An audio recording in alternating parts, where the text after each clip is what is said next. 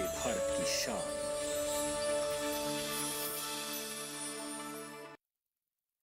Doctor दादू, ये premium क्या होता है? बेटा प्रीमियम मतलब समझ लो पेट्रोल। जब तक कार में पेट्रोल है तब तक कार चलेगी, पेट्रोल खत्म कार स्टॉप।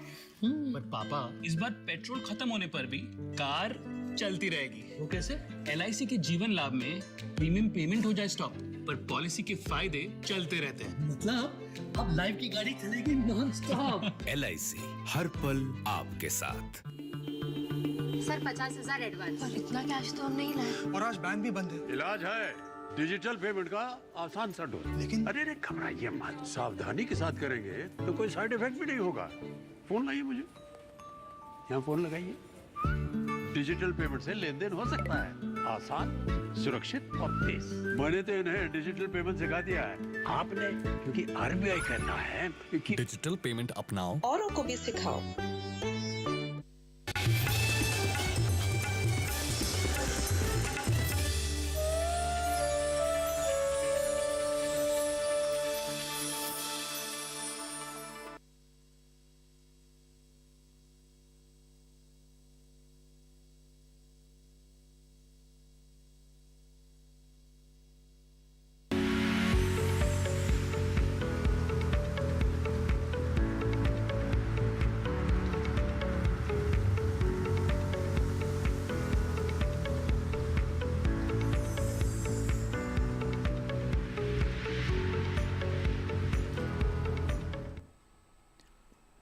नमस्कार, आप सभी का स्वागत हेलो किसान में। मैं हूं मुकुल शर्मा।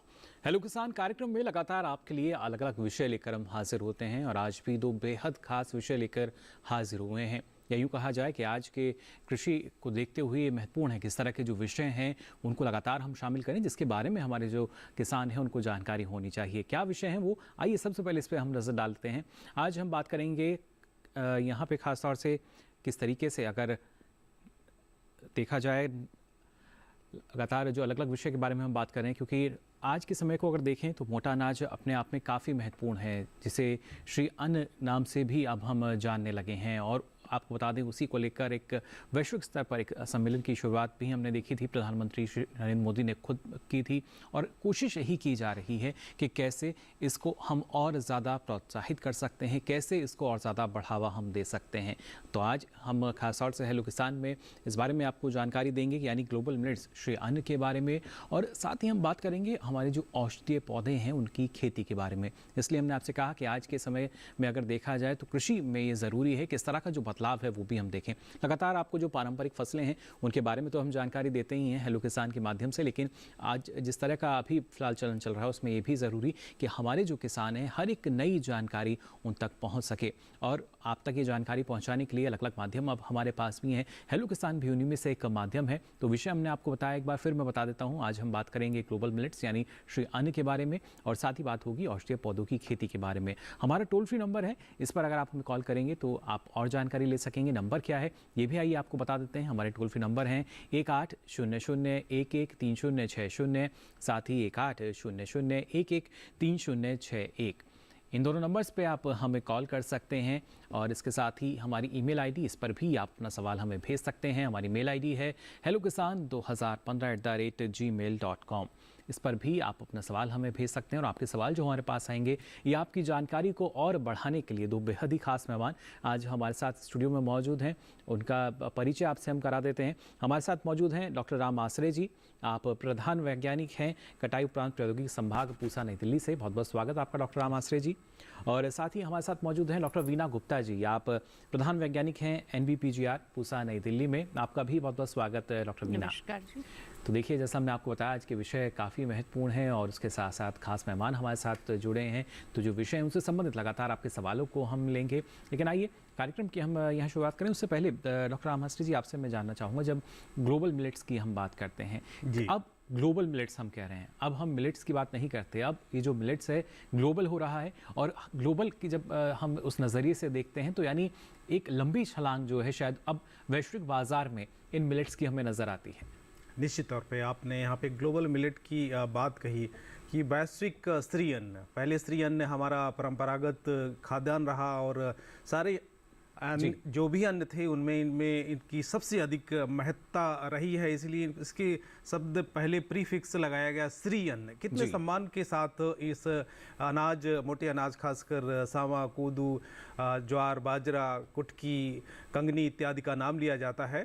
तो ये आप वैश्विक स्तर पे इसकी ले जाने की ज़रूरत है, और ज़रूरत इसलिए है क्योंकि आप हमारे प्रधानमंत्री जी ने कल या परसों में ये कहें कि एक जिस मिलेट 2 दिवसीय सम्मेलन में आगाज किया, उन्होंने ये बहुत ही जोर देकर कहा कि आप इसको ग्लोबल लेवल पे ले जाने की इसलिए ज़रूरत है कि आपका जो पश्चिमी पद्धति है, पश्चिमी देश हैं, वहाँ का कहीं न कहीं लोगों का स्वास्थ्य बहुत हद तक कहीं न कहीं प्रभावित है। जो अन्न है जो उनको खाए जाने से उसमें बदलाव की ज़रूरत है। और हमारे जो एशियाई देश हैं, खासकर यहाँ पर जो पर्यावरण है और जो आपका एक सॉइल, मृदा का स्वास्थ्य और उसका बहुत ही क्षरण तेजी से हो रहा है। और यूँ कहें कि अब हमारे देश में भी कुछ जो खाद्य पद्धति ऐसी है उसकी वजह से हमारे कुछ विकार, स्वास्थ्य विकार आने लगे हैं। तो इन दोनों को एड्रेस करने के लिए, इन दोनों को समाहित करने के लिए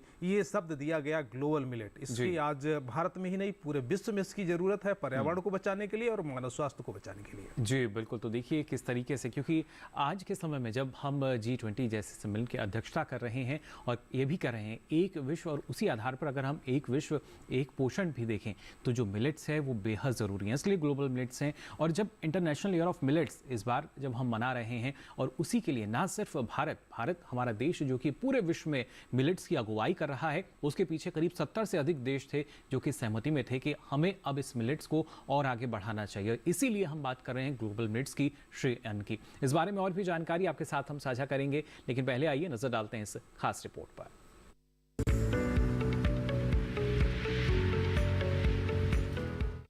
श्री अन्न यानी मिलेट्स है पोषण का भंडार, मान गया अब सारा संसार।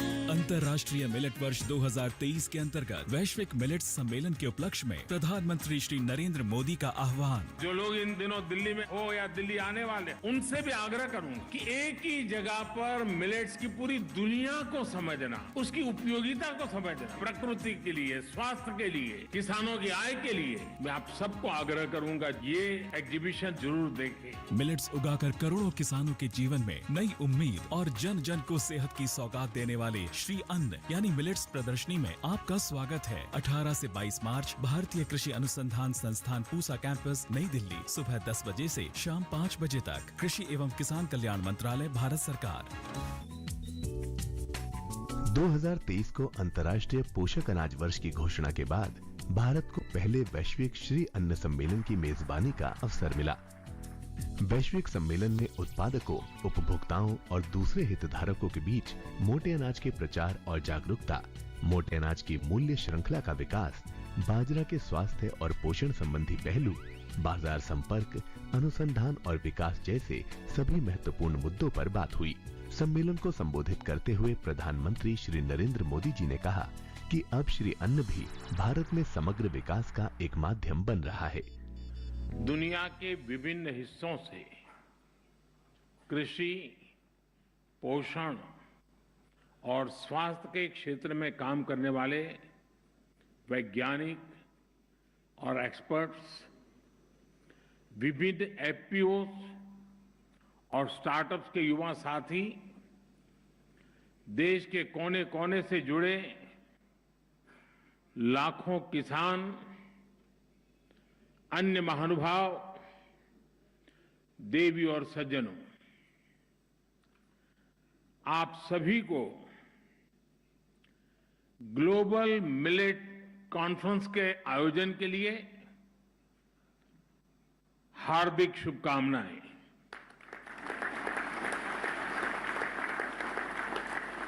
इस तरह के आयोजन न केवल ग्लोबल गुड के लिए जरूरी है, बल्कि ग्लोबल गुड में भारत की बढ़ती जिम्मेदारी का भी प्रतीक है। साथियों, आप भी जानते हैं कि भारत के प्रस्ताव और प्रयासों के बाद ही संयुक्त राष्ट्र ने 2023 को इंटरनेशनल मिलेट ईयर घोषित किया है।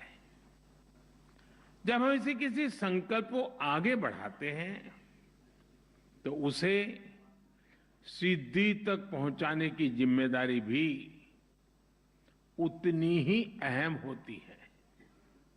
मुझे खुशी है कि आज विश्व जब इंटरनेशनल मिलेट ईयर मना रहा है तो भारत इस अभियान की अगुवाई कर रहा है।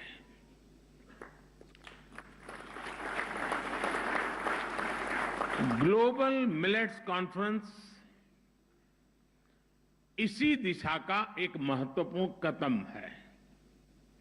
इसमें मिलेट्स की खेती, उससे जुड़ी अर्थव्यवस्था, हेल्थ पर उसके प्रभाव, किसानों की आय, ऐसे अनेक विषयों पर सभी विद्वान और अनुभवी लोग विचार विमर्श करने वाले हैं। इसमें ग्राम पंचायतें, कृषि केंद्र, स्कूल, कॉलेज और एग्रीकल्चर यूनिवर्सिटीज भी हमारे साथ शामिल है। इंडियन एम्बेसी से लेकर कई देश भी आज हमारे साथ जुड़े हैं। भारत के 75 लाख से ज्यादा किसान आज वर्चुअली हमारे साथ इस समारंभ में मौजूद है। ये भी इसके महात्म्य को दर्शाता है। मैं एक बार फिर आप सभी का हृदय से स्वागत करता हूं, अभिनंदन करता हूं। अभी यहां मिलेट्स पर स्मारक डाक टिकट और सिक्के का भी विमोचन किया गया है। यहां बुक ऑफ मिलेट स्टैंडर्ड्स को भी लॉन्च किया गया है और इसके साथ ही ICAR के Indian institute of millets research को ग्लोबल सेंटर ऑफ एक्सीलेंस घोषित किया गया है। मिलेट्स की ग्लोबल ब्रांडिंग, कॉमन ब्रांडिंग को देखते हुए भारत में मिलेट्स या मोटे अनाज को अब श्री अन्न की पहचान दी गई है। श्री अन्न भी भारत में समग्र विकास का एक माध्यम बन रहा है। इसमें गांव भी जुड़ा है, गरीब भी जुड़ा है। श्री अन्न यानी देश के छोटे किसानों की समृद्धि का द्वार। श्री अन्न यानी देश के करोड़ों लोगों के पोषण का कर्णधार। श्री अन्न यानी देश के आदिवासी समाज का सत्कार। श्री अन्न यानी कम पानी में ज्यादा फसल की पैदावार। श्री अन्न यानी केमिकल मुक्त खेती का बड़ा आधार। श्री अन्न यानी क्लाइमेट चेंज की चुनौती से निपटने में मददगार। उन्होंने अंतर्राष्ट्रीय पोषक अनाज वर्ष 2023 पर एक स्मारक टिकट और सिक्का जारी किया। इसके इथोपिया और गुयाना के राष्ट्राध्यक्षों के वीडियो संदेश भी सम्मेलन में चलाए गए। उद्घाटन सत्र के बाद मोटे अनाजों की मंत्री स्तरीय गोल मेज बैठक आयोजित की गई। बैठक में Guyana, Mauritius, Sri Lanka, Sudan, Suriname और जाम्बिया के मंत्रियों और गाम्बिया के अलावा मालदीव के कृषि सचिव और नाइजीरिया में मोटा अनाज पहल के महानिदेशक ने भाग लिया। गोलमेज के उद्घाटन भाषण में कृषि मंत्री नरेंद्र सिंह तोमर ने कहा कि भारत भोजन, संस्कृति और परंपराओं के रूप में प्राचीन प्रथाओं के मूल्यों को पहचानने में हमेशा आगे रहा है। प्रदर्शनी में 100 से अधिक स्टॉलों में मोटे अनाजों पर आधारित स्टार्टअप्स, निर्यातकों की ओर से मोटे अनाजों पर आधारित रेडी टू कुक और रेडी टू ईट उत्पादों का प्रदर्शन किया गया। इसके अलावा अंतर्राष्ट्रीय और राष्ट्रीय रसोइयों की ओर से लाइव कुकिंग सत्र भी आयोजित किए गए। इस दौरान मोटे अनाजों पर केंद्रित एक प्रदर्शनी सह क्रेता विक्रेता बैठक भी आयोजित की गई। इसमें 50 से अधिक घरेलू और अंतर्राष्ट्रीय खरीदारों, आयातकों, निर्यातकों और प्रसंस्करणकर्ताओं की भागीदारी रही।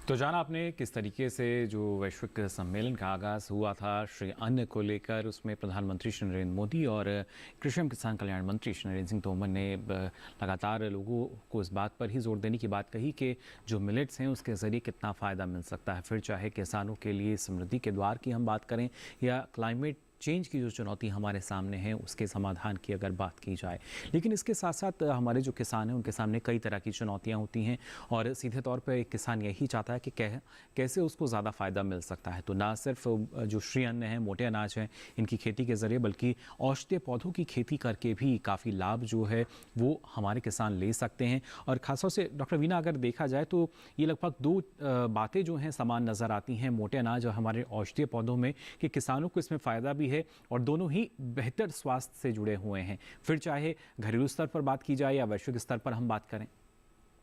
आपने बिल्कुल ठीक कहा मुकुल जी। औषधीय पौधे हो या मोटा अनाज, दोनों ही सेहत, स्वास्थ्य और पर्यावरण के लिए बहुत ही ज़्यादा ज़रूरी हैं।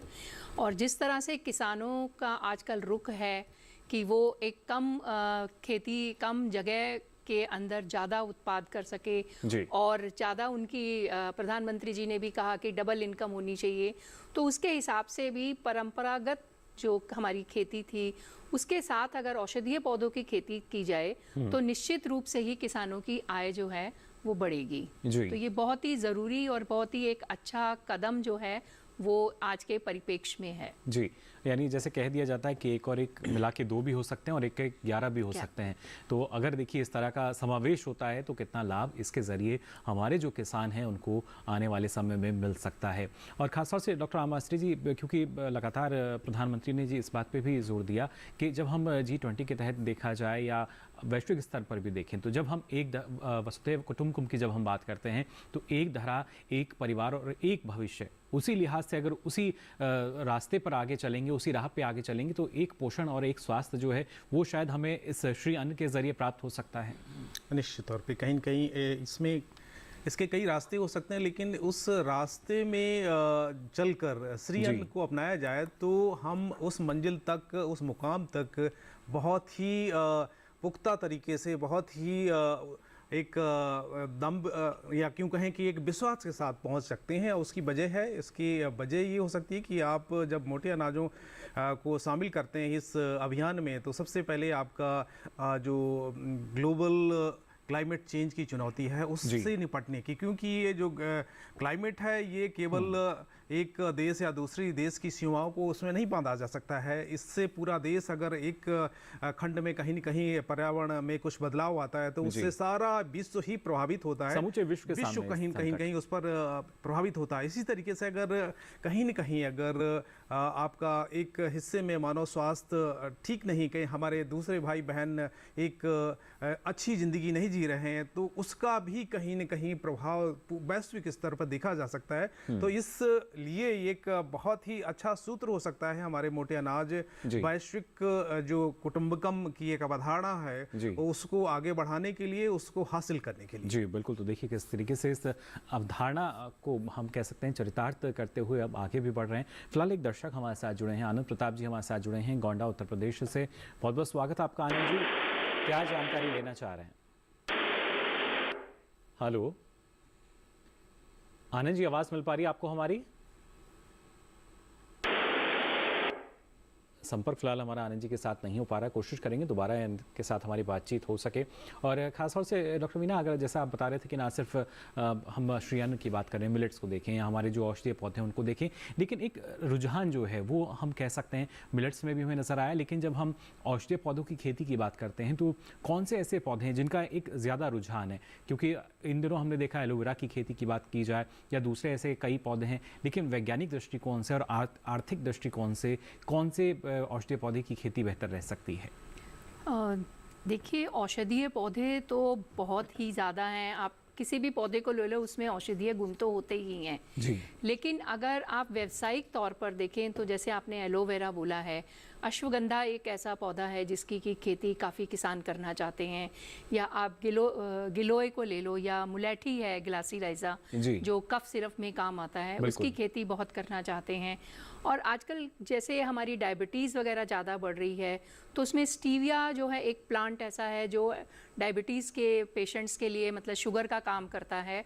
और इसके साथ ही कुछ किसान भाई हमारे चंदन की खेती, जो कि मतलब बहुत कुछ हद तक जो है वो ज़्यादा उसमें लागत आती है, लेकिन जितनी लागत आती है उससे ज़्यादा उसमें मुनाफा भी होता है जी। तो काफ़ी किसान भाई जो हैं वो सफ़ेद चंदन की खेती को भी आजकल प्रेफर कर रहे हैं। और देखें तो महाराष्ट्र में, उत्तर प्रदेश में और बिहार में कुछ किसानों ने इसकी भी व्यावसायिक खेती भी शुरू की है। जी बिल्कुल, देखिए व्यावसायिक स्तर पर जो खेती है वो शुरू हो चुकी है अलग अलग क्षेत्रों में। कोशिश यही कि कैसे एक किसान को सीधा लाभ जो है अपनी फसल के ज़रिए मिल सकता है, किसान के सामने चुनौती ही ना रहे कि कैसे वो अपनी फसल को बाजार लेके जाएगा, क्या भाव मिलेगा, बल्कि अब जो फसल है वो ना सिर्फ किसान के घर से बल्कि खेत से ही उसका सौदा जो है, कारोबार जो है वो तय कर दिया जाता है, क्योंकि बाजार में एक अच्छी मांग बनी हुई है। और यही हम कह सकते हैं आज के समय में स्मार्ट फार्मिंग जो है एक यही है, और हमारे जो फार्मर हैं अब वो भी स्मार्ट होते जा रहे हैं। आगे भी इस बारे में हम बात करेंगे, लेकिन यहाँ रुक रहे हैं एक छोटे से ब्रेक के लिए। जल्द हाजिर होंगे, आप बने रहिए दूरदर्शन किसान पर।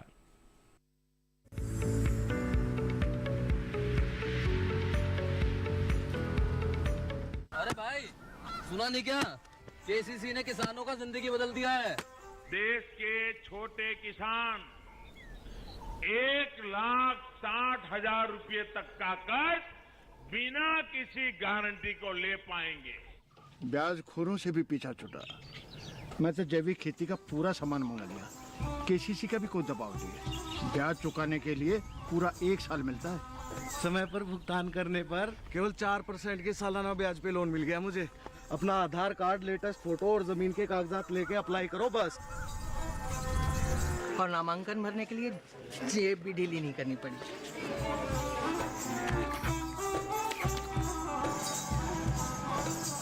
चाचा, उधार चुकाने के 24 घंटे के बाद उतने ही पैसे वापस निकाल सकते हैं।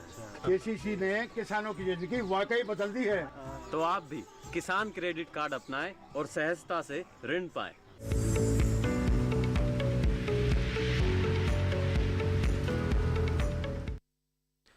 ब्रेक के बाद आप सभी का एक बार फिर स्वागत हेलो किसान में। आज लगातार हम बात कर रहे हैं ग्लोबल मिलेट्स यानी श्री अन्न की। जी हाँ, हमारे मोटे अनाज, पोषक अनाज, कई नामों से देखिए अब पूरा विश्व जो है इनको जानने लगा है, इनके महत्व को समझने लगा है। और साथ ही हम बात कर रहे हैं हमारे औषधीय पौधों की खेती को लेकर भी, क्योंकि अब जो किसान हैं वो यही चाहते हैं कि इस तरह की खेती पे ज़्यादा जोर दिया जाए, जो कि ना सिर्फ आर्थिक रूप से उन्हें काफ़ी लाभ पहुँचा रही है बल्कि स्वास्थ्य की दृष्टि से। और ये स्वास्थ्य सिर्फ हम कह सकते हैं किसान तक सीमित नहीं है, फिर चाहे हम ज़मीन की बात करें, मृदा के स्वास्थ्य की बात करें, पर्यावरण के स्वास्थ्य की बात की जाए, तो हर तरीके से कोशिश यही की जा रही कि कैसे इस पर हम ध्यान दे सकते हैं। और खासतौर से डॉक्टर राम आश्रय जी, अगर देखा भी जाए, क्योंकि जो मिलेट्स हैं उनकी खेती भी करीब ऐसे 14-15 राज्य हैं जहां प्रमुखता से की जा रही है, और अब यही कि उनका समावेश इस तरीके से किया जाए कि जहां बाज़ार में ज़रूरत है तो वहां पे जो हमारा जो श्री अन्न हैं, जो मिलेट्स हैं, वो पहुँच सके और उनसे बने उत्पाद भी अब बाज़ारों में उतर सकें अच्छे से।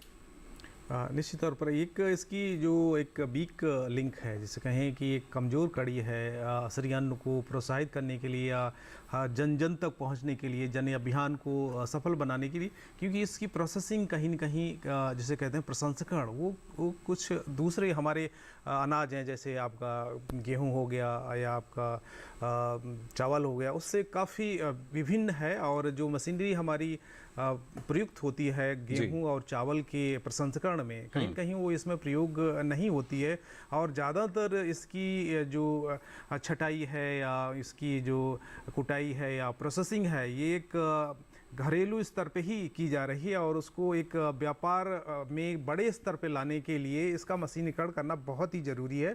और इस पर अब खास बल दिया जा रहा है कि हमारी जो मिलेट्स हैं, खासकर जो फिंगर मिलेट है, फॉक्स मिलेट है, सामा है, कोंदो है, कुटकी है, इसके प्रसंस्करण के लिए खासकर ये इसकी जो उसमें भूसी होती है, ब्राउन, वो काफ़ी मजबूत होती है और उसको उतारना कहीं न कहीं थोड़ा एक दुष्कर कार्य, कठिन कार्य होता है, और इसके लिए एक खास मशीनरी की ज़रूरत होती है, और उसको बनाने के लिए अब काफ़ी जोर चल रहा है। और हमारे विभिन्न जो राज्य या केंद्र सरकारें हैं, इसके लिए खास योजनाएं लेकर आ रही हैं कि एक जो भी हमारे स्टार्टअप के लोग हैं या जो भी एंटरप्रेन्योर हैं, इससे अगर जुड़ना चाहते हैं, उनको मशीनरी उपलब्ध कराने के लिए विभिन्न संस्थानों से जोड़ा जाए, कृषि अभियांत्रिकी संस्थानों से जोड़ा जाए, या उनको सहज ऋण उपलब्ध कराया जाए। एक पोर्टल पे ही उनको प्रोसेसिंग के जितने भी इक्विपमेंट हैं कहीं न कहीं हासिल कराया जाए, इस पर काफ़ी जोर दिया जा रहा है। और जब ये बात अपने आप में एक मुकम्मल हो जाएगी तो हमारा किसान उत्पादन में कभी पीछे नहीं रहता है। अगर उनको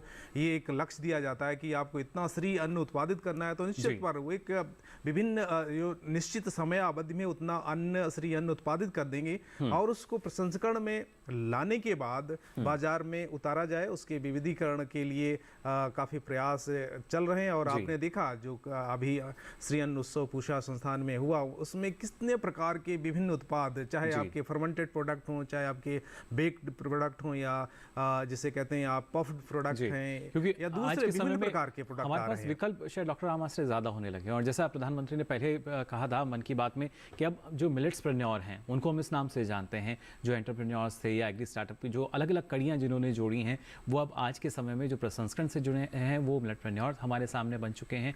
और खासतौर से यहाँ जैसा भी आप कह रहे थे कि कोशिश की जा रही है कि अलग अलग क्षेत्रों में भी है, चुनौतियाँ हर एक किसान के सामने होती हैं, लेकिन किसान उन चुनौतियों का सामना करके उससे आगे निकल कर आते हैं। और कुछ ऐसा ही हमने देखा है यहाँ डॉक्टर वीना, अगर हम सफ़ेद चंदन की खेती की बात करें, क्योंकि जब साधारण तौर पर हम चंदन की खेती की बात करते हैं तो दक्षिण भारत के जो राज्य हैं वो हमारे सामने आते हैं। मैं चाहूँगा जो सफ़ेद चंदन की खेती हमारे किसान कर रहे हैं, उसमें सरकार लगातार उनकी मदद भी कर रही है, उस बारे में आप जानकारी दें। देखिए, एक पहले बहुत अवधारणा यही थी कि जो लाल चंदन जो है वो साउथ में ही मिलता है, लेकिन चंदन की दो प्रकार होती हैं, लाल चंदन और सफ़ेद चंदन। लाल चंदन अभी भी अगर हम नॉर्थ में या उत्तर भारत की साइड में कहीं ग्रो करें तो उसमें उतनी अच्छी क्वालिटी का नहीं मिलता है, परंतु सफ़ेद चंदन जो है वो अच्छी क्वालिटी का मिल जाता है। इसकी खेती के लिए जो किसान भाई जो करना चाहते हैं वो इसके पौधे भी खरीद सकते हैं, या इसके बीजों को खरीदकर उनका अंकुरण करके उनसे भी वो अपने खेत में प्लांट्स को लगा सकते हैं। इसके पौधों को लगाने के लिए ये होता है कि जो इसकी जड़ें होती हैं वो पृथ्वी से मतलब मिट्टी से इतने ज़्यादा पोषक पदार्थों को नहीं शोषक कर पाती हैं, तो इसके लिए इनके साथ एक होस्ट प्लांट लगाते हैं जो ज़्यादातर लेग्यूमिनस क्रॉप होती हैं, जिसमें कि नाइट्रोजन फिक्सेशन और उनको लेने की क्षमता ज़्यादा होती है। तो सफ़ेद चंदन के साथ जैसे अरहर हो गई, या फिर आपकी मूंग है, या कोई और क्रॉप है, माइमोसा है जो मेडिसिनल प्लांट है, आप उसको भी लगा सकते हैं। कई विकल्प हमारे पास हैं। इस बारे में और जानकारी आपसे लेंगे। फिलहाल हमारे साथ एक कॉलर जुड़े हुए हैं फोन लाइन पर। नरेंद्र स्वरूप मिश्रा जी हमारे साथ जुड़े हैं बाराबंकी उत्तर प्रदेश से। बहुत बहुत स्वागत आपका नरेंद्र स्वरूप जी, क्या जानकारी लेना चाह रहे हैं? हेलो,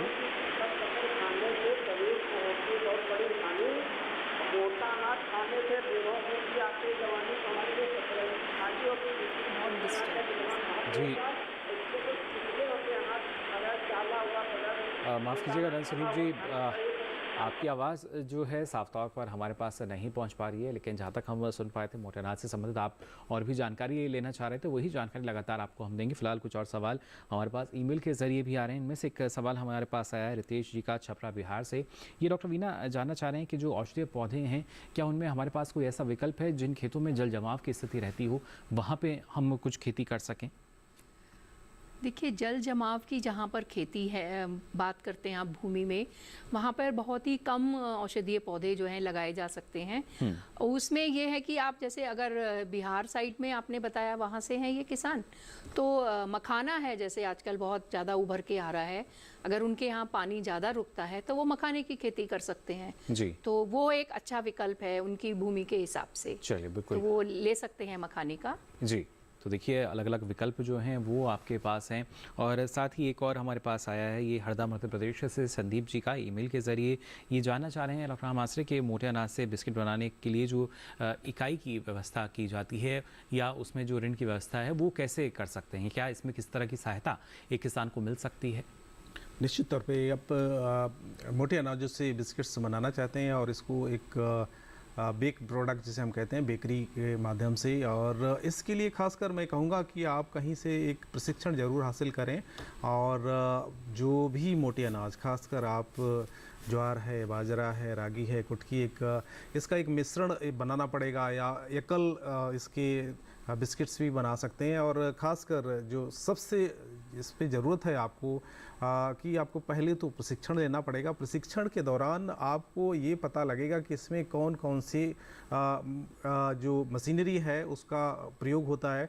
आपको पता पड़ेगा कि मान लीजिए आप प्रतिदिन 50 किलोग्राम बिस्किट तैयार करना चाहते हैं या आप 100 किलोग्राम बिस्किट प्रतिदिन तैयार करना चाहते हैं, तो इसके लिए कितना क्षेत्रफल लगाना होगा, कितने एरिया में आपको एक यूनिट डालनी होगी और उस यूनिट में कौन कौन से आपके सफाई या ग्रेडिंग या पैकेजिंग या आपका मिलिंग, जिससे आटा बनाएंगे, आटा को फिर आप मशीन में ले जाके उसका नीडिंग करेंगे, आपका फर्मेंटेशन करेंगे अगर उसकी ज़रूरत पड़ती है, हालांकि आपकी बिस्किट बनाने में ज़रूरत नहीं पड़ती है। और इसके बाद जो बेकिंग यूनिट है उसको लगाने के लिए क्या क्या कुछ ज़रूरत पड़ेगी, तो इसके लिए ऋण निश्चित तौर पर मुहैया कराया जा रहा है और बहुत ही सुगम और सस्ते ऋण की व्यवस्था की गई है। और जो हमारे मार्जिनलाइज खासकर छोटे किसान हैं या हमारे कुछ भूमिहीन किसान हैं, उनके लिए ऋण की व्यवस्था की अलग अलग अवधारणा है। किसी को आपको बहुत ही कम ब्याज पर ऋण मिलता है, 2 या 3, किसी को 4% के ब्याज पर ऋण मिलता है, और किसी व्यक्ति को जो कि हमारे अनुसूचित जनजात या जनजात हैं उनके लिए अलग और ही सुगम ऋण देने की व्यवस्था की गई है कि जो आपके बेकरी प्रोडक्ट बनाए जाते हैं खासकर मोटे अनाजों से। चलिए, बिल्कुल। तो देखिए, अलग अलग व्यवस्थाएं हैं और खासतौर से अलग अलग राज्यों में अलग अलग योजनाएं भी चल रही हैं। केंद्र सरकार की तरफ से तो पूरे प्रयास किए जा रहे हैं, साथ ही अलग अलग राज्यों में इस तरह की योजनाएं हैं। यहाँ पे और जोड़ना चाहूँगा मैं, जो व्यक्ति हमारे खासकर जो बेक प्रोडक्ट बिस्किट बनाना चाहते हैं, खासकर मोटे अनाजों पे आजकल ये व्यवस्था की गई है, ये निर्देश या संदेश दिया गया कि हर कृषि विज्ञान केंद्र या जो भी हमारे राज्य के कृषि विश्वविद्यालय हैं, वहाँ पे जो भी फूड टेक्नोलॉजी डिपार्टमेंट हैं, उसमें इस तरीके की प्रशिक्षण की व्यवस्था की जाए। खासकर जो बिस्किट बनाना है या जो मोटे अनाज और भी पफ्ड प्रोडक्ट हैं या उसके जो भी, और अभी भी इस तरीके से लगातार हम देखते हैं जो प्रशिक्षण कार्यक्रम है वो अलग अलग कृषि विज्ञान केंद्रों में और कृषि विश्वविद्यालयों की सहभागिता के जरिए लगातार चलाए जा रहे हैं। लेकिन अब कोशिश यही कि और इसको कैसे हम ज़्यादा बढ़ावा दे सकते हैं और फोकस, जैसा आपने कहा डॉक्टर मासरे जी। फिलहाल यहाँ डॉक्टर वीना गुप्ता जी, एक सवाल हमारे पास आया है विजय चंदेला जी का मंडला से। इनका सवाल है कि मध्य प्रदेश के मंडला ज़िले में क्या अश्वगंधा की खेती की जा सकती है, और अगर की जा सकती है तो उसका बीज इनको कहाँ से मिल सकता है? हाँ, बिल्कुल, आप मध्य प्रदेश में अश्वगंधा की खेती कर सकते हैं। मध्य प्रदेश में अगर आपको बीज लेने हैं तो JNKVV इंदौर है और JNKVV मंदसौर है, जहाँ पे उन्होंने कुछ वैरायटीज़ अच्छी निकाली हैं, जैसे जवाहर असगंध 136 है एक उनकी वैरायटी, तो आप उसके बीज वहाँ से ले लीजिए और उसके साथ ही वो आपको पूरी कल्टीवेशन प्रैक्टिसेस, कैसे खेत में लगाना है बीज को, क्या उसके लिए ट्रीटमेंट देनी पड़ेंगी, वो सब बातें आपको वो वहाँ बताएंगे। आप वहाँ से बीज लेके अपने जो भी एरिया जितना है आप वहाँ पर अश्वगंधा की खेती कर सकते हैं। जी बिल्कुल, देखिए कैसे सफलतापूर्वक आप अश्वगंधा की खेती कर सकते हैं। और ये बेहद ज़रूरी कि जो पारंपरिक फसलें हैं उनके साथ साथ अगर आप इनकी खेती करना चाहते हैं या कोशिश आप कर रहे हैं, और इसके साथ ही ये बेहतर अगर आप समूह में खेती करते हैं तो और भी ज़्यादा आपको इनके ज़रिए लाभ मिल सकता है। और किस तरह का फ़ायदा आपको मिलेगा आगे भी आपको हम बताएंगे, लेकिन यहाँ रुक रहे हैं एक छोटे से ब्रेक के लिए।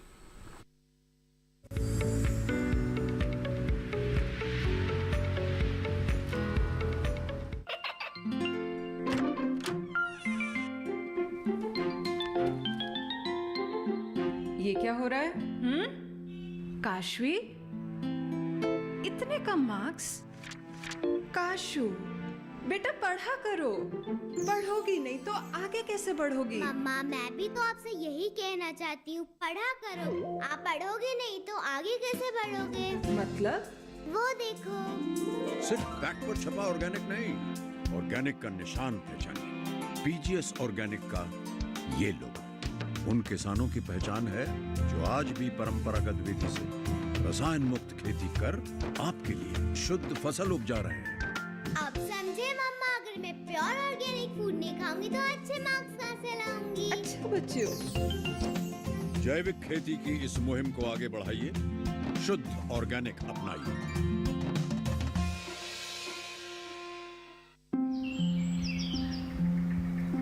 अरे अरे अरे क्या कर रहा है? इधर इधर इधर, हम बोल रहे हैं तेरे बीजू का। पुतला बोल रहा है? हाँ, पक्षियों से तो हम खेत को बचा लेते हैं, पर इन घातक रसायनों से कैसे बचाएं? मतलब? देख बेटा, तू जो ये अंधाधुंध रसायन मिलाता है ना, मिट्टी की सेहत बिगड़ने लगी है। और जब माटी ही कमजोर पड़ जाएगी तो उपज कैसे सेहतमंद होगी? हाँ? अरे पहले ऐसा नहीं था। पूछना अपने बड़े बुजुर्गों से, कैसे फसल लहलहाती थी, शुद्धता झलकती थी। हाँ, माटी भी तंदुरुस्त और लोग भी। अरे पहली वाली बात कहाँ? पर अब तो सब यही डाले हैं। सब नहीं, आज भी लाखों जागरूक किसान परंपरागत विधि से फसल उगा रहे हैं। खर्चा कम और उपज की कीमत भी बेहतर पा रहे हैं। ठीक है भाई, मैं भी आज से जैविक खेती शुरू करूंगा। माटी से प्रेम की परंपरा है परंपरागत खेती।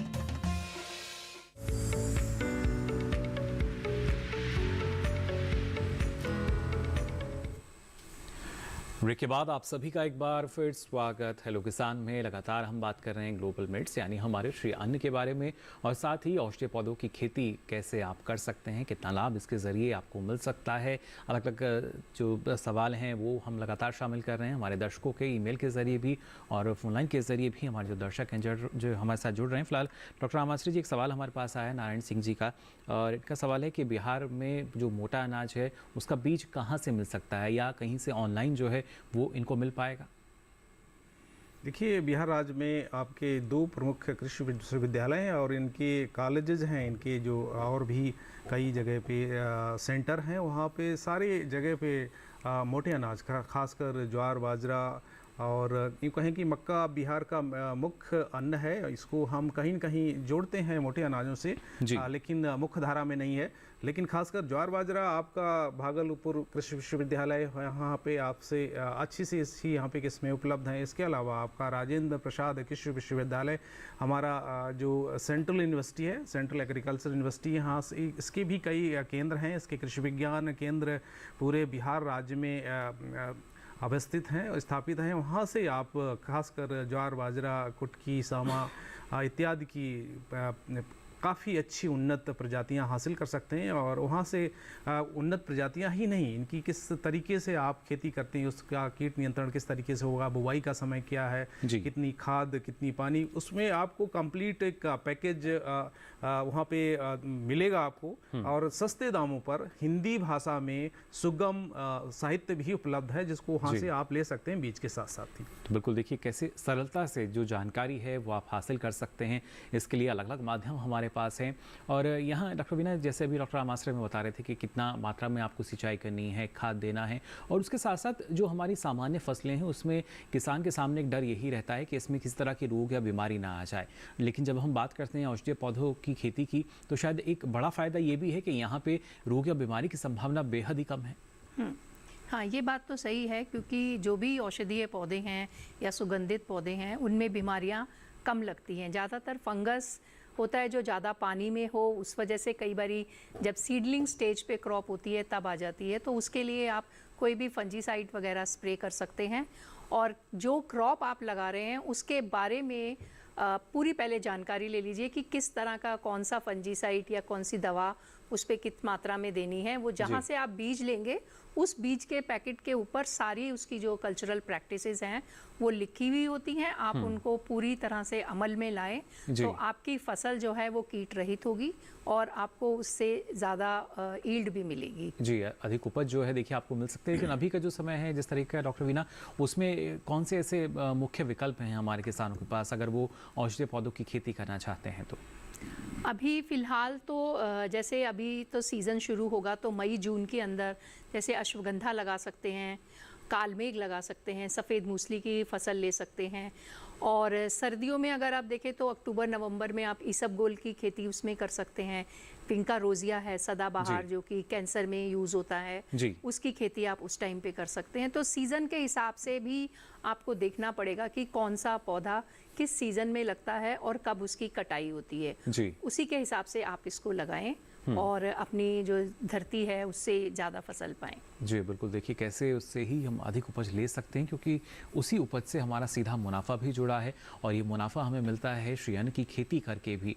डॉक्टर आमस्टे, अगर इस बार का जो अभी तक अनुमान आया है हमारे श्री अन्न की खेती को लेकर करीब 527 लाख टन से अधिक का है और पिछले वर्ष के मुकाबले अगर देखा जाए तो ये करीब 16 लाख टन से अधिक है अगर हम देखते हैं पिछले साल के मुकाबले। लेकिन ना सिर्फ उपज बढ़ा रहे हैं हम, बल्कि इसके साथ साथ उसके प्रसंस्करण पर हम कह सकते हैं एक तरह का फोकस जो है वो अब नज़र आ रहा है। निश्चित तौर पे जैसे मैंने पहले भी कहा कि कहीं न कहीं हम उत्पादन में महारत हासिल रखते हैं हमारे किसान और जब भी उनको एक लक्ष्य दिया जाता है वो उस लक्ष्य पे बिल्कुल ही खरा उतरते हैं एक निश्चित समय अवधि में। लेकिन अब यहाँ पे बात आती है उसके प्रसंस्करण की। प्रसंस्करण उतनी द्रुत गति से नहीं हो पा रहा है। जिस गति से हमारा उत्पादन बढ़ता है उसी तरीके से उसकी प्रसंस्करण और मार्केटिंग, खासकर हमारे जो मोटे अनाज हैं उसमें ये एक हमारी कमज़ोर कड़ी है और उसी को दुरुस्त करने के लिए भारत सरकार और राज्य सरकार मिलके जो बीड़ा उठाई हैं, निश्चित तौर पर इसमें गति आएगी और इसके लिए हर राज्य और हर केंद्र के जो भी संस्थान जुड़े हुए हैं इस श्री अन्न की खेती या उसके प्रसंस्करण से, खासकर उसमें प्रसंस्करण पर काफ़ी जोर दिया जा रहा है। अब जहाँ पे पहले हम उत्पादन का ही लक्ष्य रखते थे, यहाँ उत्पादन के ऊपर ही प्रशिक्षण दिया जाता था, वहाँ पर अब प्रसंस्करण को भी जोड़ा जा रहा है उत्पादन के साथ साथ। अगर वहाँ पे मान लीजिए ज्वार, बाजरा, सामा, कंगनी, कोंदो इत्यादि का खेती के साथ साथ वहाँ प्रसंस्करण इकाई भी होगी और वो प्रसंस्करण इकाई हमेशा चालू दशा में होगी, जिससे कि हमारे किसान भाई या जो भी युवा उद्यमी आए वहाँ पे आके देखें, सीखें कि इससे किस तरीके से काम करती है। अगर उस इकाई से इकाई भी कई तरीके से हो सकती है, जैसे कि आप देख रहे हैं कोई बिस्किट बनाना चाहता है, कोई आटा बनाना चाहता है और कोई पफ्ड प्रोडक्ट जैसे आप या कोई उसके एक्सट्रूडेड प्रोडक्ट जैसे आपकी सेवई इत्यादि के तरीके से हो सकते हैं। तो इनकी दिशा तय करनी होगी कि आपको किस दिशा में आपको महारत हासिल करनी है। कुछ उद्यमी ऐसे होते हैं कि हर तरीके के 3 या 4 तरीके के विकल्प ले सकते हैं, या कुछ हमारे किसान भाई ऐसे होते हैं कि जहाँ पे मान लीजिए कि आपका पफ्ड प्रोडक्ट जिसे कहते हैं आपका एक्सट्रूडेड आपको, जिससे कि उसमें नमक और जितने भी मसाले हैं उसको मिला के एक अच्छी पैकिंग देके हमारे जो स्कूली बच्चे हैं उनको दूसरे जो विकल्प हैं उनके अलावा ये बहुत ही उत्तम विकल्प है स्वास्थ्य के हिसाब से। रेडी टू ईट और ये स्वास्थ्य के लिए बहुत ही अच्छा है। उनको लाया जाए, परोसा जाए और खासकर इस प्रदर्शनी में ये प्रयास किया गया कि जो हमारे बच्चे हैं वही हमारे भविष्य के इस एम्बेसडर हैं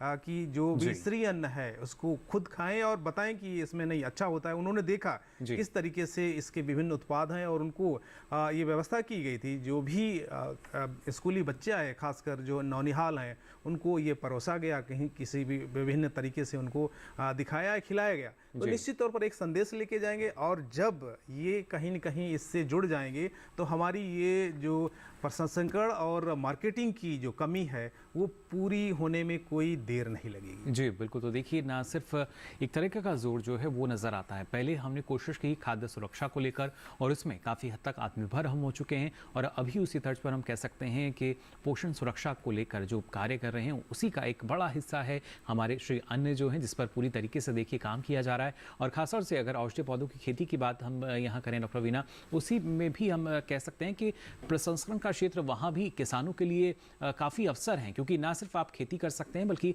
प्रसंस्करण इकाइयाँ लगा के वहाँ भी आप अच्छी आमदनी ले सकते हैं। हाँ, बिल्कुल सही कहा आपने।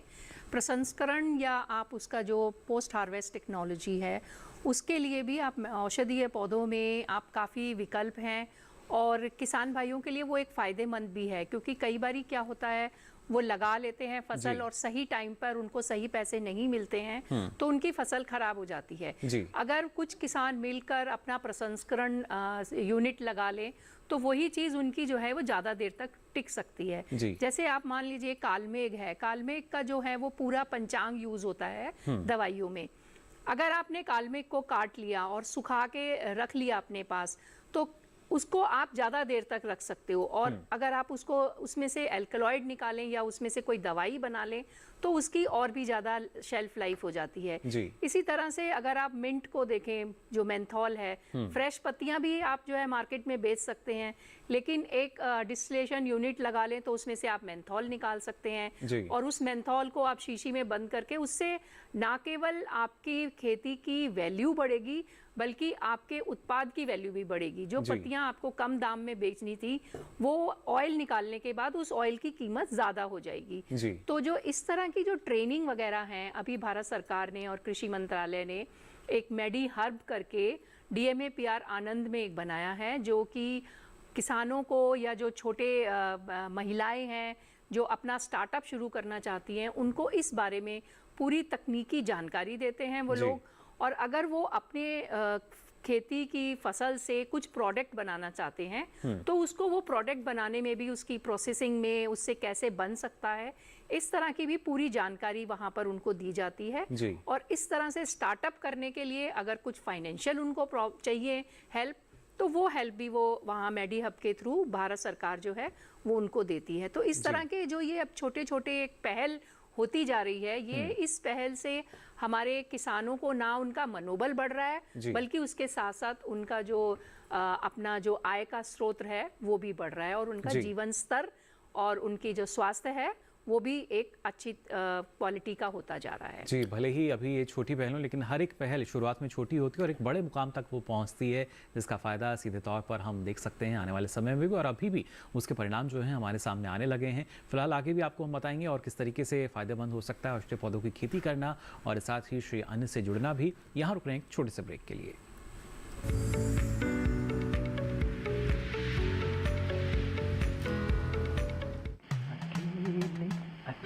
अरे वाह भैया, अकेले अकेले।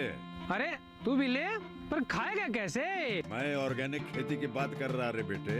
अकेले अकेले खेती कब तक करेगा? मतलब गांव में 20-25 किसानों का समूह बना के पंजीकरण करवा ले, फिर सरकारी ट्रेनिंग भी मिलेगी और मुफ्त जैविक बीज खाद भी। फिर BGS ऑर्गेनिक की सरकारी मोहर के साथ तेरी उपज आकर्षक पैक में पहुंचेगी बड़े बाजार तक। अच्छा? हाँ। अरे भाई, कहाँ चल दिया? सबको साथ लाने, आमदनी बढ़ाने। तो किसान भाई समझ गए ना? साथ मिलकर ऑर्गेनिक खेती कीजिए, अपनी परंपरा को आगे बढ़ाइए, ज्यादा मुनाफा कमाइए। माटी से प्रेम की परंपरा है परंपरागत खेती।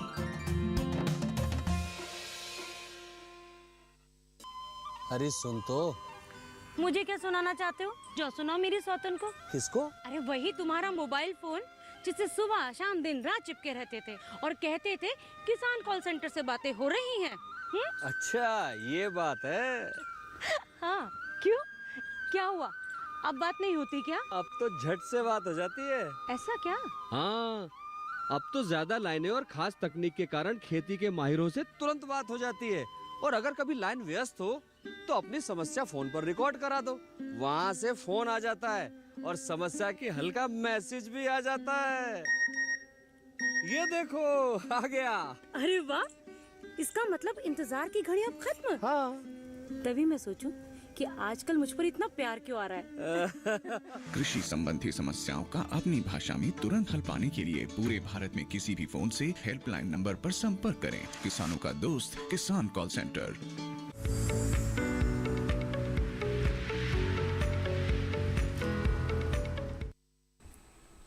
ब्रेक के बाद आप सभी का एक बार फिर स्वागत है हेलो किसान में। लगातार हम बात कर रहे हैं श्री अन्न यानी ग्लोबल मिलेट्स की, और साथ ही आपको जानकारी दे रहे हैं औषधीय पौधों की खेती के बारे में भी। यहाँ जब हम खासतौर से श्री अन्न की बात करते हैं यानी जो मिलेट्स हैं उसकी बात करते हैं, जो कि अब ग्लोबल हो चुके हैं। वैश्विक स्तर पर हमने देखा किस तरीके से लगातार प्रयास किए जा रहे हैं इसको बढ़ाने के लिए, और बाकायदा इसके लिए जो वैश्विक सम्मेलन का आयोजन किया गया था जिसका उद्घाटन किया प्रधानमंत्री श्री नरेंद्र मोदी ने। उन्होंने इस बात का जिक्र बार बार किया कि खासतौर से जो युवा हैं उनको भी इस क्षेत्र में आगे बढ़ना चाहिए, और लगातार हम देख भी रहे हैं जो मिलेट्सप्रेन्योर हैं वो हमारे सामने आ रहे हैं। लेकिन जब वैश्विक स्तर पर हम बात करते हैं डॉक्टर आमाश्री, तो कहीं ना कहीं जो क्लाइमेट चेंज की एक समस्या या बड़ा संकट जो पूरे विश्व के सामने है, वहाँ अगर उस लिहाज से देखा जाए किस तरीके से जो हमारे मिलेट्स हैं ये क्या किस तरह की प्रतिरोधक क्षमता इनमें हम मान सकते हैं? देखिए, मिलेट्स जो भी हमारे ज्वार बाजरा सावा कोंदो इत्यादि जिसको हम मिलेट की परिधि में लाते हैं, और ख़ासकर जो हमारे यहाँ किसान भाई इसको उगाते हैं वो ऐसी ज़मीन होती जहाँ कहीं पानी उपलब्ध नहीं होता, या जिसमें आपकी ऊसर ज़मीन है जिसका की पीएच मान बहुत ज़्यादा है, लवड़ी ज़मीन है, छारी ज़मीन है, या जहाँ कहीं दूसरी फसलें नहीं उग पाती हैं। तो इससे आप अंदाज़ा लगा सकते हैं कि ये फसलें कितनी सहनशील हैं आपकी विषम परिस्थितियों में उगने के लिए। तो निश्चित तौर पर जब क्लाइमेट चेंज होगा, आपका जब जलवायु परिवर्तन होता है, तो उसके जलवायु परिवर्तन के मायने होते हैं कि तापक्रम या तो बहुत नीचे जाएगा या बहुत ज़्यादा बढ़ेगा। खासकर हम यहाँ पे मिलेट्स की बात करें तो यहाँ पे जो हमारे मिलेट्स होते हैं वो ऐसी दशाओं में है जहाँ पे कि तापमान काफ़ी बढ़ रहा है, और वहाँ पे दूसरी फसलें हैं खासकर हम उसको नहीं उगा सकते हैं क्योंकि बढ़ते हुए तापमान के कारण। यहाँ पे हमारे जो मिलेट्स हैं वो आसानी से उगाए जा सकते हैं। जब तापमान आपका बढ़ेगा निश्चित तौर पर आपकी जो मृदा का नमी है वो भी उसका क्षरण बहुत तेज़ी से होता है, और ऐसी दशा में पुनः हमारे ये जो मिलेट्स हैं वो किसानों को कुछ ना कुछ आमदनी दे जाते हैं, चाहे आपका अधिक बारिश हो जाए या सूखा पड़ जाए या दूसरी विषम परिस्थितियां आ जाएं, या यूँ कहें कि मान लीजिए एकदम आपकी बहुत तेज़ आंधी आ गई या तूफान आ गई, उस दशा में भी ये आसानी से खड़े रहते हैं। इनमें काफ़ी लॉजिंग नहीं होती। जैसे कि आपका अभी मान लीजिए बारिश आ गई तो आपकी गेहूं है या दूसरी धान है वो काफ़ी आसानी से लॉजिंग हो जाती है, ज़मीन में एक बिछ सी जाती है। लेकिन हमारे ज्वार बाजरा इनके आप देख सकते हैं कि इनका तना कितना मजबूत होता है, आसानी से खड़े रहते हैं वो। हाँ, उन परिस्थितियों में भी कहीं न कहीं हमें मदद करते हैं। तो ये कहें कि जो आपके पर्यावरणीय परिवर्तन हो रहे हैं, चाहे आप सूखा की वजह से हो या अधिक बारिश की वजह से या दूसरे कुछ जैसे आपके कीट पतंगे फंगस की जो बीमारियां हैं वो भी कहीं न कहीं जब ज़्यादा आती हैं तो दूसरी फसलों की तुलना में खासकर हमारे जो मिलेट्स हैं वो उनके प्रति काफ़ी सहनशील हैं, उनमें प्रतिरोधक क्षमता काफ़ी है, उसको सहन कर जाते हैं और किसान भाइयों को कहीं न कहीं उपज दे जाते हैं। तो यूँ कहें कि जब आप पर्यावरण का विषम समय आ रहा है या आप देख सकते हैं, यानी प्रतिकूल स्थिति में भी अनुकूल हम इनको मान सकते हैं हर तरीके से। और खासतौर से डॉक्टर वीना जी अगर देखा जाए जो हमारे औषधीय पौधे हैं उनकी खेती की जब हम बात करते हैं तो ये ज़रूरी नहीं कि जो किसान है वो सीधा अश्वगंधा या कालमेघ की खेती पर जाएं, उससे पहले भी शायद कई ऐसे विकल्प हैं जो जिनका चयन वो कर सकते हैं। फिर चाहे आंवले की खेती वो कर रहे हैं या उससे पहले एक दो और विकल्प आपने सुझाए, तो कैसे इसकी शुरुआत की जा सकती है पारंपरिक फसलों के साथ भी?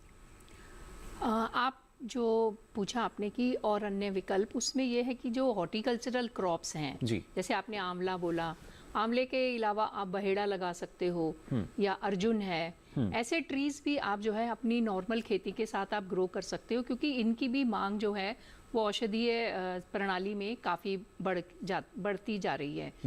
तो इसके साथ ये भी है कि जैसे मान लो आपने चंदन की खेती आप शुरू करना चाहते हो, आपने चंदन की खेती लगा ली। अब उसमें क्या है कि पेड़ से पेड़ की दूरी 8 फीट की होती है और 2 लाइनों की जो दूरी है वो कम से कम 12 फीट होती है। तो आपकी जो बीच वाली जमीन है, आप उसमें इंटरक्रॉपिंग कोई 4 महीने की दलहनी फसल है, जैसे मूंग आपने बीच में लगा ली या राजमा आपने बीच में लगा लिया। जी। अब मतलब क्लाइमेट के हिसाब से कि कौन से सीजन में क्या फसल आप लगा सकते हो।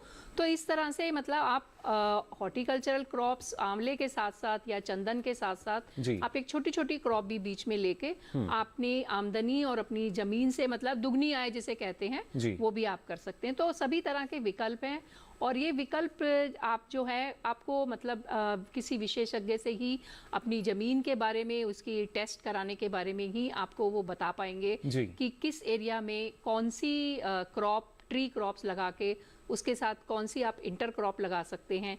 इंटर क्रॉप में आप सुगंधीय पौधे भी लगा सकते हैं, जैसे लेवेंडर है।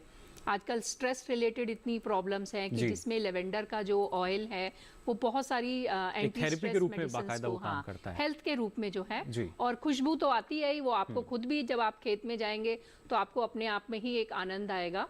तो उस तरह से आप औषधीय पौधों में जैसे पामा रोजा है जिसमें से जो तेल निकलता है वो मच्छर मारने की दवाइयों में यूज किया जाता है, या फिर वेटिवर है। जिस तरीके से हमने मिलेट्स में देखा, उत्पादक से लेके उपभोक्ता तक कड़ी दर कड़ी जोड़ने की अब कोशिश की जा रही है। अच्छा बाजार भी है। शायद औषधीय पौधों की खेती में भी किसान के सामने सवाल यही आते हैं कि जो बाजार है वो हमें कैसे मिलेगा या कैसे हम बाजार तक पहुंच सकेंगे।